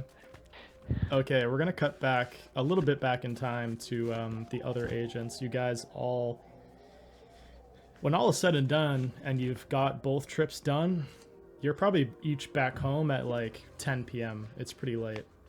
But I'll give you guys the option. If any of you would like to do anything before Wednesday, just let me know now. When are we meeting Wednesday? Did we establish that? You have not yet, so you certainly could over pager. Would like to go for a walk around Madison Square Park.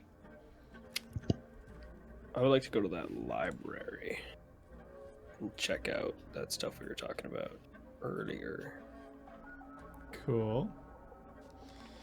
Alright, so I'll start out with Madison Square Park.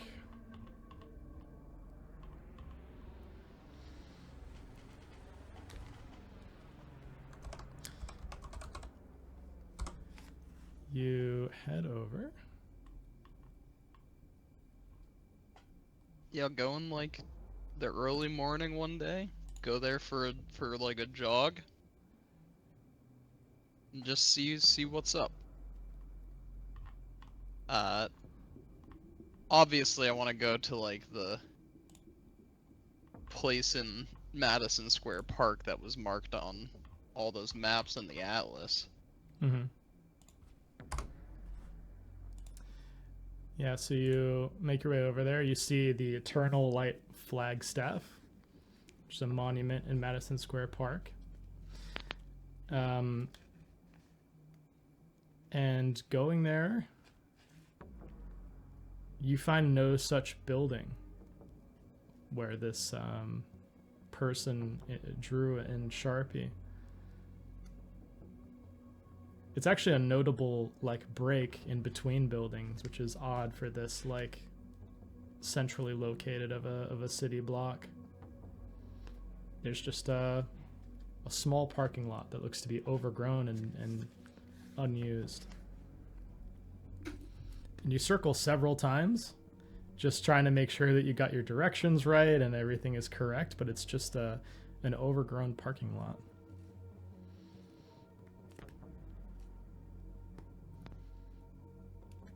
Like nothing's. I'll go walk around this parking lot. Okay. Give me a search roll. Oh no. Oh no. Zombie parking lot. No, I just have bad search.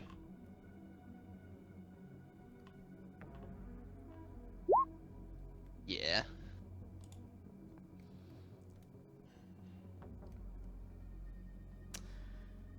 Okay.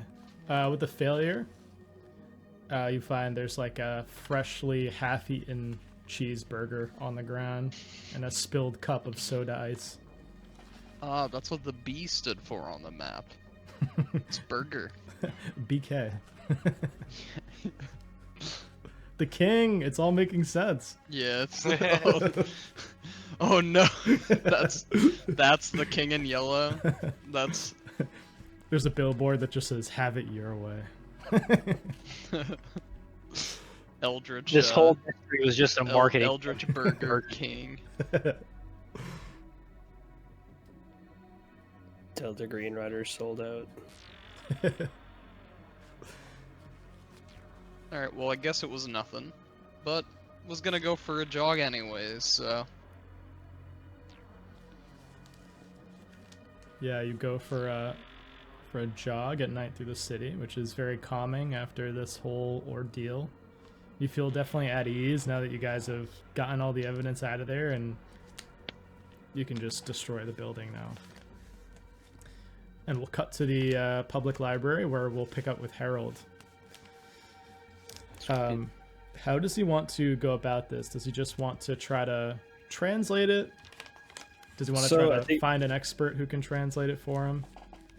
I think he'd be going to the library in hopes that he could, I guess, just like translate the title and maybe find an English version of this book. And then if that's not the case, he might go to like a librarian and ask if they have any like way of either connecting him with a translator, or if they might know of any like books that they just don't happen to have on the shelves that would match it or would be similar like that. Okay. Yeah, you go to the library, and I'll have you, let me think here.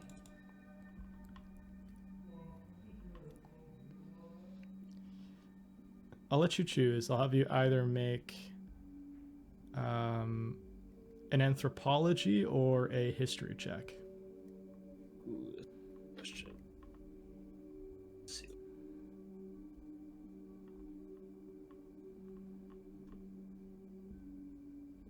Oh man, they're both horrific. All right, cool.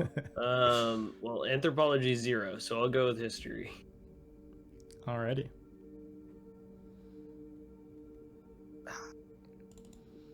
Tough. Okay. You aren't very good at this. You don't, like, this is from so far back that, like, you don't really know this time period well at all. But you gather, even with a failure, that it was created in the 1400s, this book. And flipping through, just like now giving it a proper glance, you see it appears to be a grimoire. There are all these like seals that look like demonic sigils. You flip through and you just see like a bunch of them. They sort of have that circular design with like the name written in the outer ring. And just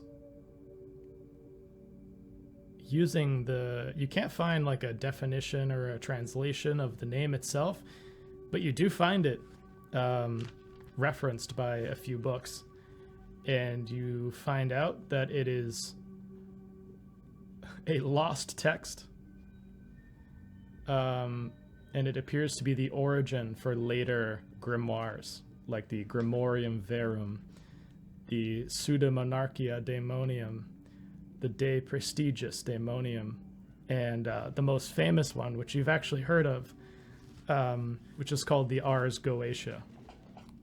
Oh. Which translates to the arts of sorcery, or the sorcerous arts. Interesting.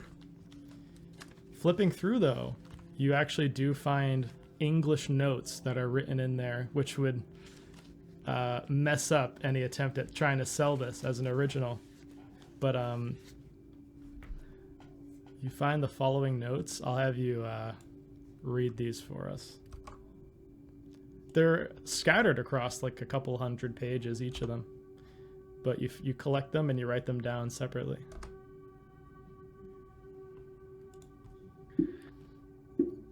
Beneath Bradalbin is a door.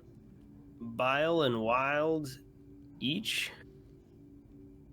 Ambrose and the child in the pavilion costumes. Wait, Ambrose? I also found those weird clown. Was it clown costumes or clown costume? It was like theater costumes. Sales, theater costumes. Mm-hmm. Boat down into the fog lake to the real city. That's terrifying. Bottles contain secrets as individual as those marked upon them. That's a whole thing, isn't it? And last but not least, all drawn in, closing in a dance like a loop leading to the masquerade. Oh, sorry, there's one more. It is all the play, I'm afraid.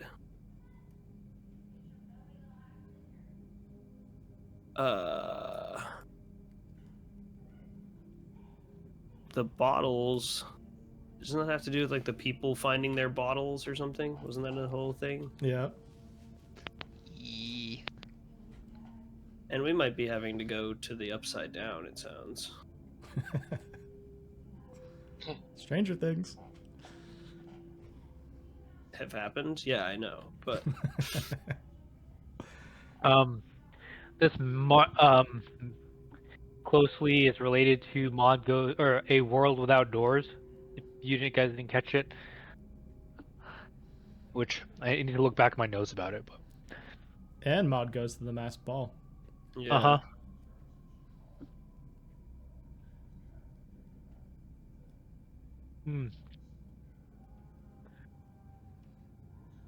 Loving this for us. Yeah, that's a lot of revelations, actually. There's a lot of stuff stacked on top right there. But we'll say 10 p.m. rolls around. We'll say you did like a 6 p.m. to 10 p.m. shift of just hitting the library stacks. Perfect. And this huge revelation you come to at the end is that if the Ars Goetia, which has been thoroughly translated into English, is essentially the scholarly child of this work, you could probably just read that and get the main gist of this book. Would I be able to check that book out here, you think? Or would I have to go to a more specialized location? Yeah, you find it. It's a common book. Oh, sweet. And as you're checking it out, a guy comes by. He has like glasses. He's rather tall, dark hair, and he's like, "Hey man, we're closing up. You got what you need? Why don't you go check it out?" Okay, yeah, I'll thank you. Sorry about that. Didn't mean to hold you up. Oh, no worries. Just wrap it up. Certainly. And he turns. You see he has like a cart of books that he's putting back into the stacks. And yeah, I mean, I'll grab that book and I will probably get moving. Alrighty. And we'll cut to Vigo at this time. Would Vigo like to do anything before Wednesday? Excuse me. He does he's have the gonna- napkin. I think he's gonna take a break from this investigation and just go, even though it's late, punch in a couple hours at the lab. I think he hasn't been in a while, and probably just be him there, but I think he finds peace in just doing that work, and it's kind of somewhere for him to go, especially before the planned demolition tomorrow, where he can just like not think about those things and just do what he actually enjoys, get to doing his work. Alrighty.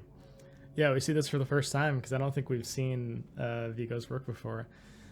He goes to this Manhattan high-rise building, and we see the logo for March Technologies. He heads inside. It looks to be the building of a privately held, incredibly wealthy defense contractor. There's a lot of security, and there's like signs on the wall that seem to depict like different advances in material sciences, such as light absorbing carbon nanotube technology, and a process which reduced the production time of ceramics used in the military. There's a bunch of like graphics and different like pictures of soldiers moving through different battlefields, perhaps Gulf War themed at this time.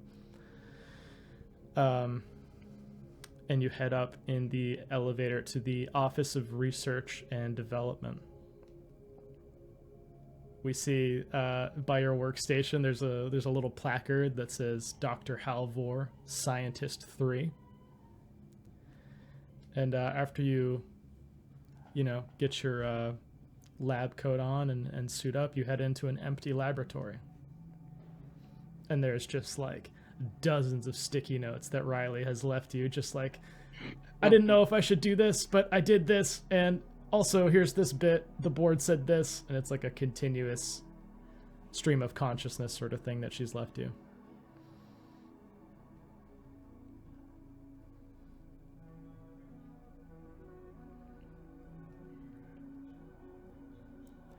I will say currently you're working on a project called Project Lambent. The call sign is D4 Lam. And it's extremely clandestine. And it's under the highest levels of security at this company. And it's using DNA profiles acquired from ancestral research companies to identify individuals with an ancestry that all the company tells you is their ancestry A. And you guys are working on a blood test analysis similar to a PCR test, polymerase chain reaction test, to test for this genetic biomarker called A. And you have no idea what it means. You have no idea the implication of helping this company identify people with the A biomarker means. But you're trying to create a PCR kit for it that can be accomplished in like a couple hours.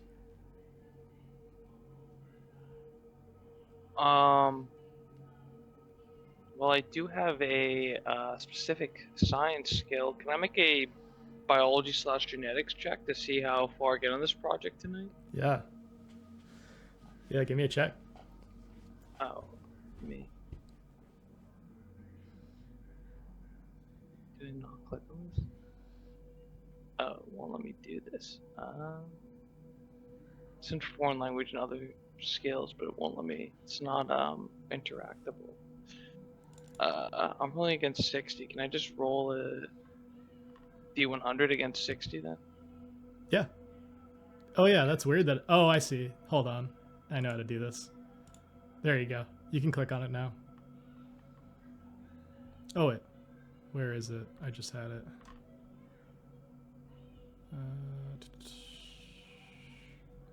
Is that under... I'm seeing science botany and science meteorology. Oh, I see those, but further down below under foreign language and other skills. Oh, I see. Yeah. Yeah. You can click on it now. Oh, there we go.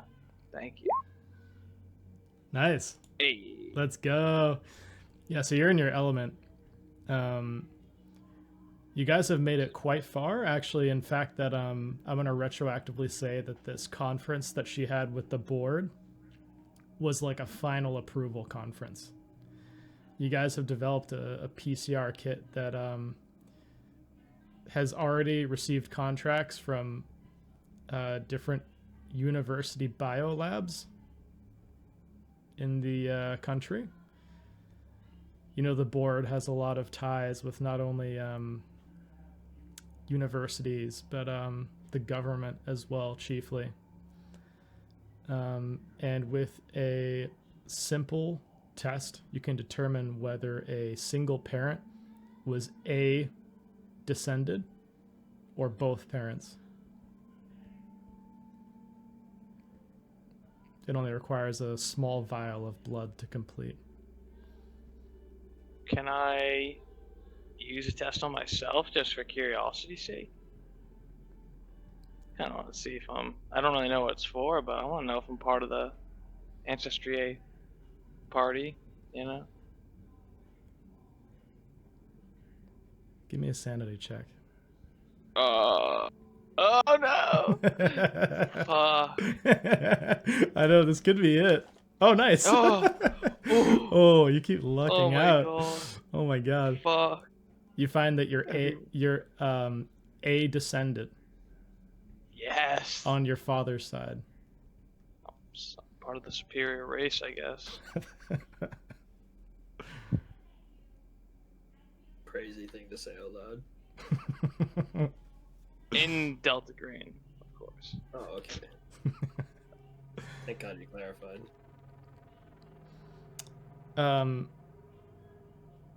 The A ancestry, most of the time, it's like kind of I guess not unexpected for you, but it's a bit chilling in this moment discovering that you are actually A descended. You've never tested yourself before, but it's an extremely borderline like anomalous event for someone to be considered A ancestry. Is it rare? Extremely rare. It's wow. And insofar as you've done research, it is the rarest biomarker of any like given ancestry or lineage. And it's a lot of families from Northern and Eastern Europe. Interesting. Cut it out of the record. Got it. I think that makes Vigo like have just like a slight hesitation, you know, like why was I contracted to work on this? But then he like rationalizes like, no, I'm renowned in my field, like my history is biology, genetics, you know, I'm from a region where people, you know, typically tend to have a higher chance of having that ancestry. And so I think he like talked himself out of like, I think he's like so on edge. He's like they picked me on purpose. There's some connection. They're using me, but he like talks himself out of like being too paranoid. Mm-hmm. And that probably doesn't really mean anything, you know, too big a deal. It's just kind of like fun, like ooh, ancestry test. Even though those haven't gotten big yet, but yeah, it's extremely unnerving. And I think the last shot of this session is we just close in on this test that has both the lines for A positive. Maybe it has additional lines for like parent and both parents, and it seems to indicate your father is A, descended. And that's where I'll leave off for tonight.